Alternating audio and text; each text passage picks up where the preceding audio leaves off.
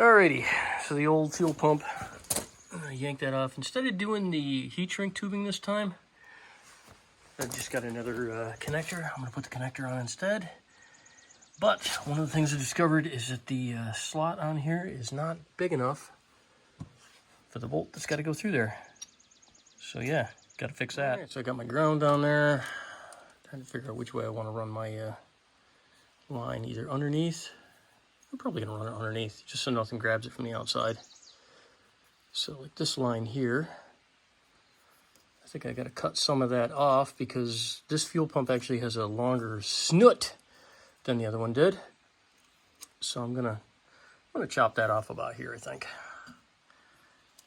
This one here, I may have to cut that one off too. Let me see if I can slide this one back a little bit. Maybe not. Yeah, I might have to cut a little bit off of this one too. Once again, no big deal either way. Because, yeah, not gonna matter. So this was a serious flaw in my plan. In order to save space working back here, I ended up blocking this off. This is my fuel cabinet, which is also where the spare line is, which is where the line is that I want to put on here to purge the fuel tank once I put that on.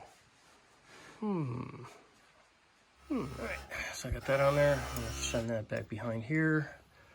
And then I got to find a short loop of hose so I can put it down into this tank here and purge this. Oh, crud. Another problem. My excess fuel's in there too. I really didn't take any of this out, did I? Alright, so change of plans. Looks like now I'm going to have to put the tire back on again. Unless I feel like trying to horse around a 700-pound mower. Probably not going to happen. So I got to put this tire back on, but I'm going to leave this open because the tire's only going to go to here. I think I can reach in there fine. Okay, I think I needed to regale you with my powers of putting tires on. Yeah, I'll bet it rolls now. Yeah, that's way better. Okay. So for really sharp eyes, yes, there is a slit in that. I put a slit in that when I took this thing off from the last pump. So I have that just pushed on just enough to hold on, and then that's going to go into my little draining bin. So before I put any diesel in this bad boy, always have your little filter in. Gonna need that. All right, so for starts, I don't know if you can see it or not, but the fuel's only up to this level here, which puts it about even with this filter here, but it doesn't put it anywhere as far as the pump goes. So I'm going to turn the ignition on real quick. Yeah, maybe before I do that, I should plug the okay, pump. Now I've got that connected up, so I'm going to turn the ignition on.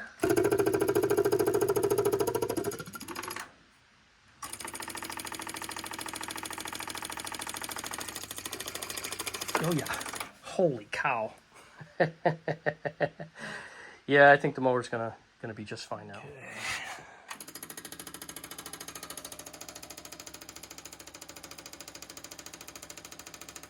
So this may have a couple of bubbles in the system.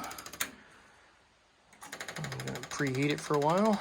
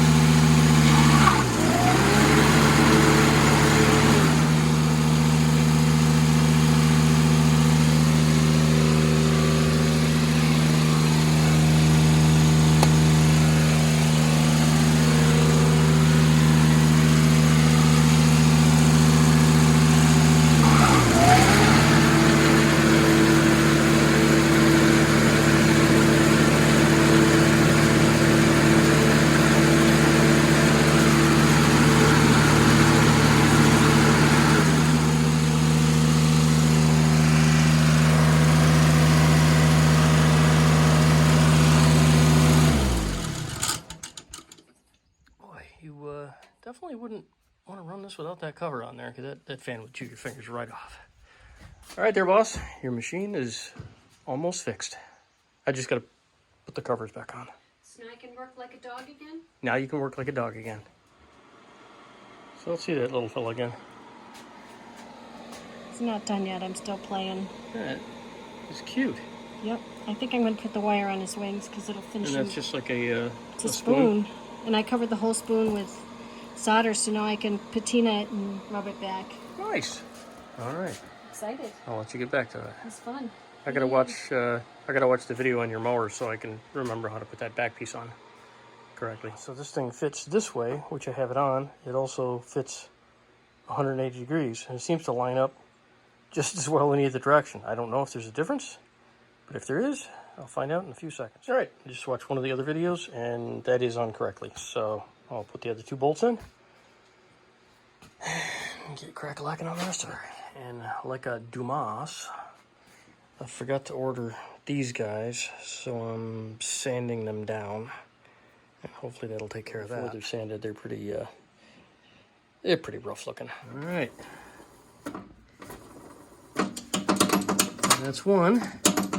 I did have to put a slightly thicker washer on this one side, because otherwise, with this piece sticking out, sometimes it would make contact, because this whole arm is part of the bracket is worn out. So I put the washer in just to keep that from hitting. But I did not want to put a washer on the other side. I don't want this thing tight. I want it to be able to move. But by the same token, I don't want it to get hung up on anything.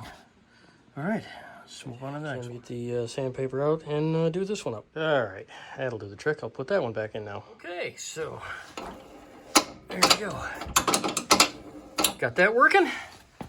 Next, I got to do that one in the center. And then after that, Mary can go cut the lawn in the rain. Does that sound like... I can't wait to get back on my mower. I'm so excited. That's too much acting. Way too much over the top. All right, the center one, which barely gets used anyways, this was an outside one. So I just put that back in here. I'm going to let that ride, because I think that's going to be fine. No sense in wasting away. All right, so this is what they look like brand new, as you see the one that's on the machine. This is what they look like when they're worn pretty bad, and they start wobbling out, and they're pretty much unusable at this point. The one that I just left on the machine was not bad. And this is what they look like when your wife runs into a solid stone porch. Although I'm not going to mention any names, just any random wife could have done this. But yeah, that's why I'm going to keep this spare one right in there. Yeah, the mower's finished, but Mary's definitely not, she's not mowing. I mean, I would. I'm not a chicken. 4 to 6 days later.